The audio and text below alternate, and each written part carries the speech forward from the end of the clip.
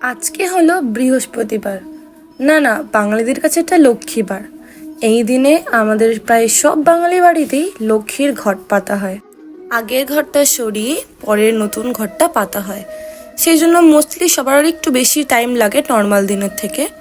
আর আমার বরাবরই কেন জানি না একটু বেশি টাইম লাগে পুজো দিতে বসলে।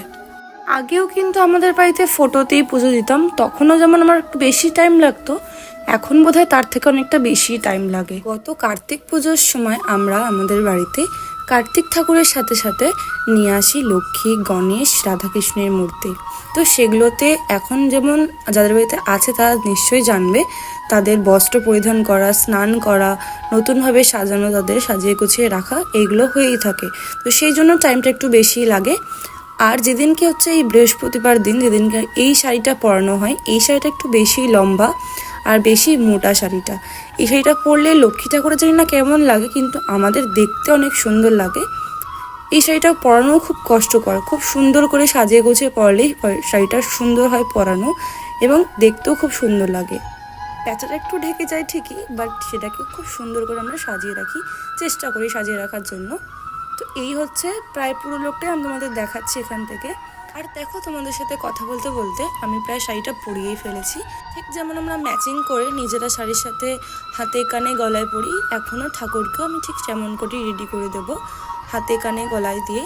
আর দেখো, হাতে একটা যে কলসি আছে, এই কলসিটা আমি রেডি করেছিলাম। প্রথমে একটা প্লেন ছিল, পরে এটাকে ফেব্রিক দিয়ে আমি ডিজাইন করার চেষ্টা করেছি, যাতে খুব সুন্দর লাগে। একটা জিনিস দেখবে তোমরা, জানি না আর কার কীরকম হয়, বাট আমাদের ঠাকুরের একদিকে তো কানটা ঠিকই আছে, কিন্তু অন্যদিকে একটু স্পেসটা কম কানের পেছনে, তাই জন্য সেই জায়গাটায় না কানেরটা পরাতে একটু কষ্টই হয়। তো যাই হোক, তবু অনেক কষ্ট করে পরিয়েছিলাম। কিন্তু আজকে এক পাশে কানেরটা গুজিয়ে আর আটকায়নি, কারণ হচ্ছে এক পাশে গুজিয়ে আটকালে হয়তো আমার মনে হয় কি আমার কষ্ট হতে পারে বা ঠাকুরেরও কষ্ট হতে পারে, পড়লে ব্যথা করতে পারে। তো সেই জন্য আমি সেইভাবেই আর পড়াই না ওই পাশেরটা, তো এমনি রেখে দিয়েছি। আর এখন দেখো, সুন্দর করে সিঁথিতে সিঁদুর দিয়ে টিপ দিয়ে সব কিছু রেডি করে পরিয়ে দিয়েছি। এখন দেখে বলো তো কেমন লাগছে আমাদের লক্ষ্মী ঠাকুরকে, সুন্দর না?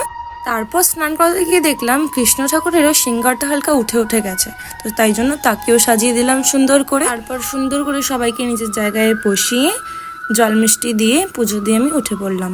আর এই হচ্ছে আমাদের পরে পুরো লুকটা। কেমন লাগলো তোমাদের জানি অবশ্যই।